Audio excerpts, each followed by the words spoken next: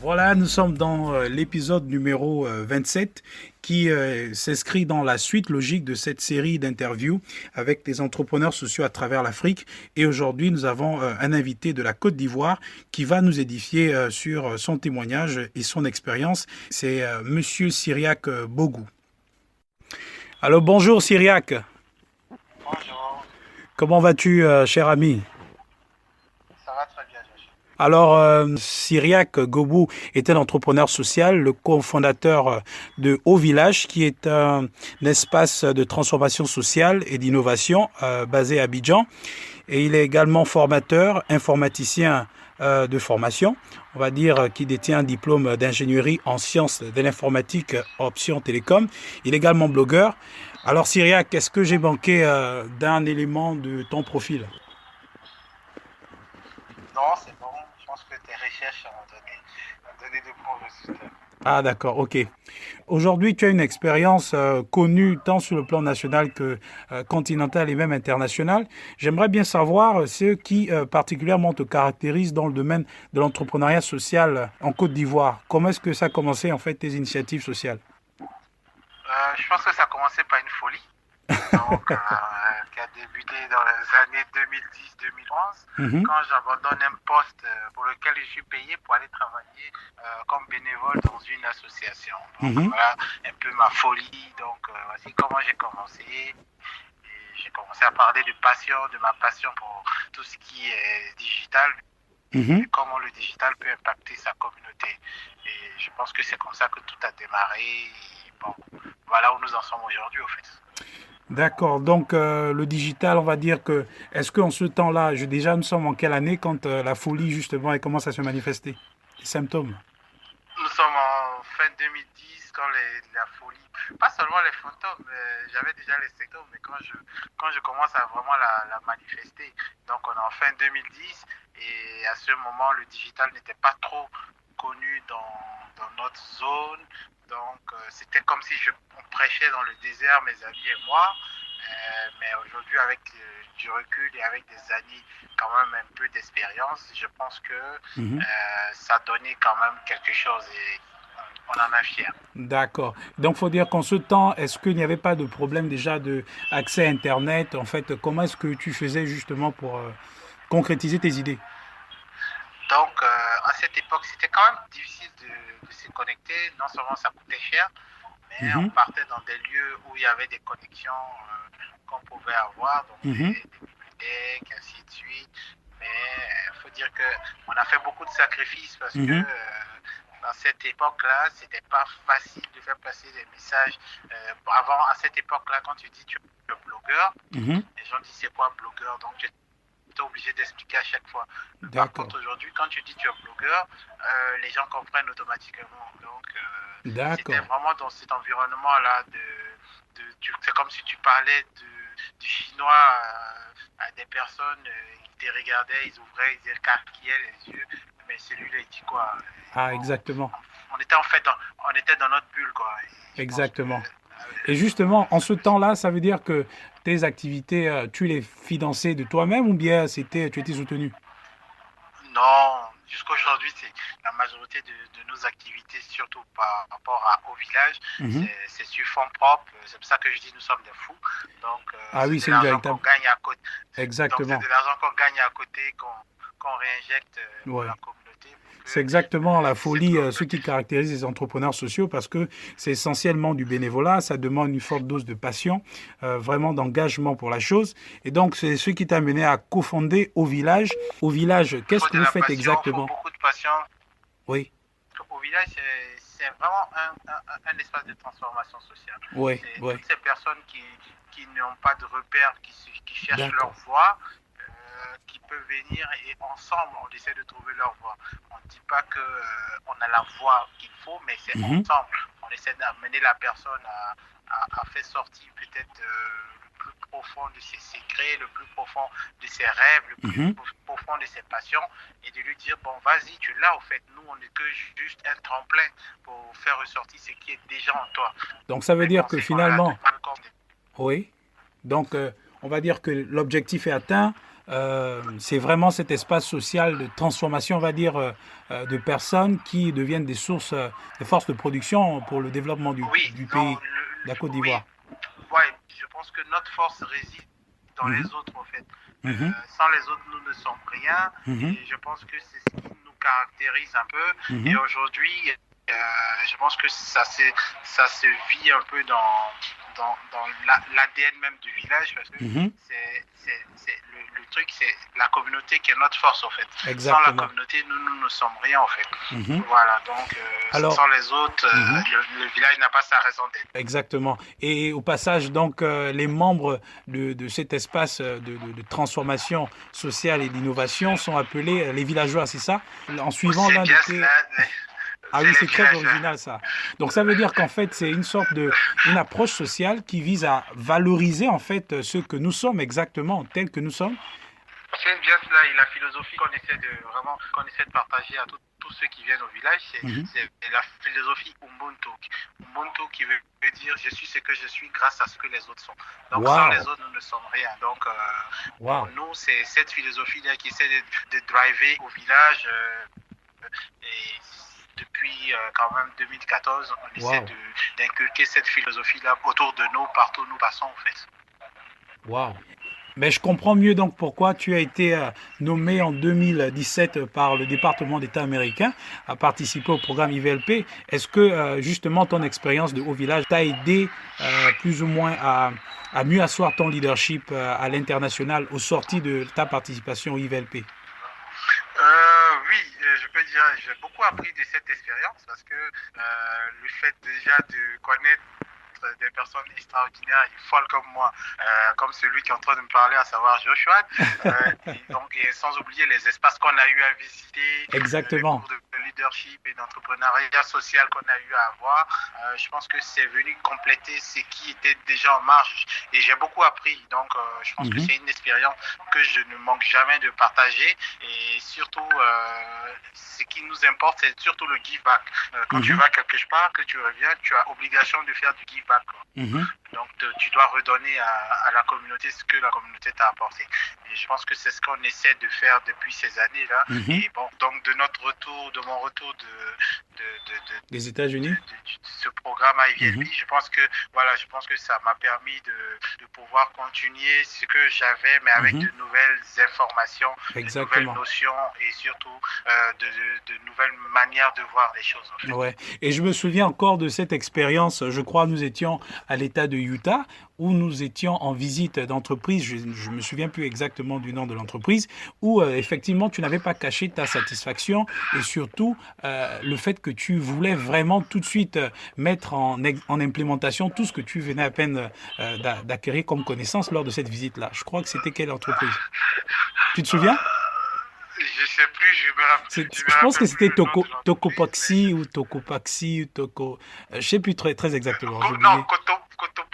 Exactement. Cotopaxi, Ah, tu te souviens de l'expérience? qui fait les sacs ouais, qui fait les sacs à dos et autres, tout Ouais, ouais, ouais. ça. Non, non, non, je pense que c'est ça, c'est de ça dont on a besoin. Ouais. C'est vrai qu'aujourd'hui, l'Afrique fabrique beaucoup de choses, mais quelle Mhm, est la valeur ajoutée de ce qu'on fabrique en fait? mhm, mhm, Est-ce qu'on valorise ceux qui sont derrière la fabrication mhm, de, de, de ces choses-là? mhm, Quand je prends un peu notre agriculture, est-ce qu'on valorise nos paysans mhm. à- À leur juste comme valeur. Ouais, oui. comme il se devait, donc Mhm, à la juste valeur. Donc, l'entreprise a véritablement compris que sans ces personnes qui sont pour elle, comme en quelque sorte les premières personnes qui font l'entreprise, mhm. sans ces personnes, cette entreprise serait morte. Elle n'existerait pas, exactement. De Et plus valoriser ceux qui sont avec nous. exactement. Voilà. Aujourd'hui, ce qui nous manque en Afrique, c'est de vraiment valoriser nos collaborateurs, Mhm, valoriser nos employés, valoriser tous ceux avec qui nous travaillons, même celle qui vient balayer dans nos bureaux. Est-ce qu'on la valorise comme il se exactement. doit? Celui qui est en bas, qui nous surveille, qui surveille nos bâtiments, le vigile en bas, Mhm, est-ce on le valorise comme il se doit? Le mhm, chauffeur qui nous conduit chaque jour pour aller à gauche, à droite, est-ce qu'on le valorise comme il se doit? Je mhm. pense que ce sont des notions qu'on devrait vraiment apprendre parce que toutes ces personnes-là sont dans la valeur, dans la chaîne de valeur de chaque Mhm. entreprise. Donc, Exactement. Donc, Je si je pense comprends. qu'on devrait plus les célébrer qu'on ne le fait au fait. Exactement. Donc, ce sont autant de valeurs que vous cultivez au niveau de Haut Village et aussi toi en tant que leader, déjà en tant que modèle, non seulement dans ton pays, mais en Afrique aussi. Modèle, c'est trop dire. Je dis toujours, je suis un apprenti apprenant. Donc, je Ah, c'est continue très à humble de apprendre ta part, à être Cyriac, tu apprenti sais. de quelqu'un qui connaît. Non, je continue à apprendre et je pense que on essaie d'inculquer ça à nos jeunes Mhm, collègues, à tout le monde, que sans les autres, franchement, vous n'avez pas de raison d'être là. Et je pense que les jeunes ont compris ça et aujourd'hui, j'entends quand je suis à côté, ah non, tu vois comment ils respectent les mhm, personnes qui sont, et on en Afrique aussi, faut pas oublier les aînés qu'il faut honorer, mhm. qu'il faut valoriser aussi. Donc, Ouais, je pense que c'est tout ce melting pot là qui fait exactement. qu'aujourd'hui, nous sommes ce que nous sommes et qui fait de vous que vous ayez une certaine particularité au fait. Exactement. Et je pense que c'est ça la particularité aussi de l'entrepreneuriat social, c'est que nous avons cette responsabilité d'éduquer civiquement les populations, c'est-à-dire au-delà de ce que nos actions, nos initiatives socio-économiques peuvent nous rapporter, mais je pense que l'une des caractéristiques majeures justement d'un entrepreneur social, c'est le fait de transformer les valeurs qui font même l'identité culturelle, on va dire, d'une personne. C'est ça? Oui, oui, l'entrepreneur social se caractérise pas par le chiffre d'affaires qu'il peut faire, Mhm, mais par qu'il a dans sa communauté, par mhm, l'impact social qu'il a autour de lui, mhm, par l'impact qu'il a auprès des gens avec lesquels il collabore tous les mhm, jours. Donc c'est ça qui fait la caractéristique d'un entrepreneur social. Un mhm, entrepreneur social qui vient me dire que ah mais moi tu sais je gagne tel nombre de chiffres d'affaires, je lui dis tu n'as pas encore compris la notion d'entrepreneuriat social. mhm, La notion d'entrepreneuriat social qui a été créée quand il a été créé, la vraie notion c'est pas de se faire de l'argent. mhm, L'argent vient après parce que tu as des personnes qui croient en toi. mhm. L'argent vient après parce que tu as des personnes qui pensent que ton projet peut avoir un plus grand impact. Mais si tu te fais de l'argent, que tu n'as pas d'impact dans la communauté, tu n'as pas d'impact dans ta Mhm. société, je dis désolé, tu n'es pas un entrepreneur social, tu es un businessman. Ah oui, tu es un businessman, mais c'est quand même très difficile de voir, parce que en tant qu'entrepreneur social, on a cette réalité qu'on traverse tous, c'est que à un moment donné, on pose des actions par passion, par, on va dire, vocation. On a vraiment cet amour-là pour la communauté que nous servons, mais à certains moments, nos réalités, on va dire, financières, nous rattrapent et donc, du coup, on se sent un peu comme piégé. Et toi, comment est-ce que tu affrontes cette réalité? Quel genre de conseil tu peux donner à quelqu'un qui traverse cette situation? Euh, Ce que je peux dire, moi, de ce qu'on a vu ensemble aux États-Unis, on a vu que ces entrepreneurs sociaux ne meurent pas de faim. Ça, Ah oui, c'est vrai. si je suis convaincu d'une seule chose, ils ne meurent pas de faim. Et je pense que ce soit toi, que ce soit moi, que ce soit d'autres personnes Mhm, qui étaient dans le groupe ou bien d'autres entrepreneurs sociaux qu'on a eu à rencontrer tout au long de notre cheminement, mhm, c'est que aujourd'hui ils tiennent parce qu'ils croient en quelque chose. mhm, Et je pense que c'est ça qu'on doit pas, c'est ça qu'on doit pas oublier, c'est ça qu'on ne doit pas laisser de vue au fait. mhm, Si on veut se laisser asperger par les chiffres, mhm, on risque d'abandonner très vite parce que, mhm, mais moi, ce que je peux dire, c'est qu'ils croient en leur projet, qu'ils mhm, croient en Dieu, et Dieu va jamais les laisser tomber. Moi, je sais que on est souvent dans des situations où c'est chaud, mhm, tu sais même pas comment tu vas gérer la fin du mois, mhm, mais parce que tu crois en ton projet et que quelqu'un d'autre que tu ne connais ni d'Adam ni d'Ève mhm. croit aussi en ton projet et cette personne-là te demande qu'est-ce que je peux faire et à Mhm. l'instant T, il règle ton Exactement. truc. Donc je pense, croyons plus en ce que nous faisons, croyons Mhm. plus en ce Et que c'est nous faisons. aussi. Il y a d'autres personnes qui Ouais. croient en nous et qui vont se marquer, vont se Mhm. démarquer. Ouais. Un entrepreneur Mhm. social est là pour impacter sa société. Mhm. Ça, tant qu'on n'aura pas ça dans la tête, on risque de passer à gauche et à droite de ce qu'on fait. Mhm. Moi, aujourd'hui, j'ai eu la chance de collaborer avec l'une des plus grandes, je pense, entreprises qui fait dans le domaine de l'entrepreneuriat social, qui est l'organisation Ashoka. Mhm.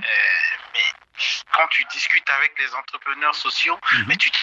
tu dis que tu n'as encore rien fait au fait. Wow. Moi, souvent, quand j'écoute les entrepreneurs, quand je vois ce qu'ils font, ce qu'ils réalisent Mhm. dans les cointeries, dans les coins les plus reculés de leur ville, de leur village. Et autres, je dis, mais Syriac, tu n'as rien fait encore, tu as encore du chemin à faire. Et pourtant, lorsqu'on lorsqu'on regarde, on clique sur Google Syriac Mbogou, eh bien, on est impressionné par ce que Google nous envoie comme information sur les Ne soyez pas impressionné parce que pour moi, je n'ai même pas encore commencé ce que je dois faire. Ça semble contradictoire, Syriac. Pas fait encore. Rien fait. Sérieux. Je dis non, parce que non. Quand tu discutes avec certaines personnes, tu es là, tu dis, mais je dors encore, en fait. Moi, j'ai rien fait encore. Waouh. J'ai rien fait. Et donc, j'espère pouvoir faire quelque chose. Ah ben si Dieu le permet, effectivement. Donc c'est ça justement qui je comprends pourquoi donc la jeunesse en Côte d'Ivoire, je dirais tout simplement qu'elle a raison d'avoir confiance en des leaders comme toi qui incarnent ce genre de valeurs-là et surtout la foi en ce que nous faisons, la foi aussi en Dieu, parce que effectivement on a besoin de cette ressource-là pour atteindre nos objectifs. Oui, non. La foi en Dieu est très importante. Comme je disais à quelqu'un en début de semaine, je dis, si tu n'as pas foi en Dieu, c'est que tu n'as rien compris à la vie, au fait. Ta vie n'est pas sinusoïdale, si elle ne monte pas, si elle ne descend pas, que ta vie est toujours rectiligne, il faut te revoir parce que c'est que il y a quelque chose qui ne va pas, au fait. En tant qu'entrepreneur, ces moments-là te font comprendre que tu n'es pas seul, que tu as une équipe, que y a des gens qui te soutiennent et ça te fait ramener sur terre pour ne pas que tu sois très orgueilleux parce que si tout allait bien, que la limite entre l'humilité et l'orgueil, c'est juste un brin. Ah oui, la nous tous, on peut facilement devenir, donc on peut devenir tous orgueilleux assez facilement. Ah non, c'est moi qui ai réalisé ça. Sans moi, il ne pouvait pas faire ça. Non. Oubliez le moi, conjuguez plutôt en nous. C'est nous qui avons fait ça parce que tout seul, tu ne peux rien faire en fait. Moi, c'est vrai que c'est mon nom qu'on va voir peut-être sur plusieurs choses, mais il y a beaucoup de personnes. Derrière Syriac, une équipe, c'est petit. Il y a tout un village. Waouh! Alors ça, c'est quelque chose qui peut faire vibrer le cœur des villageois en Côte d'Ivoire. Et j'espère qu'ils seront bientôt nombreux dans les différents pays à travers l'Afrique, c'est-à-dire des villageois au Gabon, des villageois au Congo, des villageois en Centrafrique. Il y en a déjà au Gabon. Il y a Joshard au Gabon. Syriac, je te remercie tout simplement de ta disponibilité parce que nous sommes en train d'arriver à la fin de notre échange. Merci Joshua pour tout ce que tu fais et bonne continuation à toi depuis le début. Merci beaucoup Syriac. Alors mesdames et messieurs, nous sommes arrivés tout simplement à la fin de ce numéro. Donc nous nous donnons rendez-vous pour le prochain et d'ici là, portez-vous bien.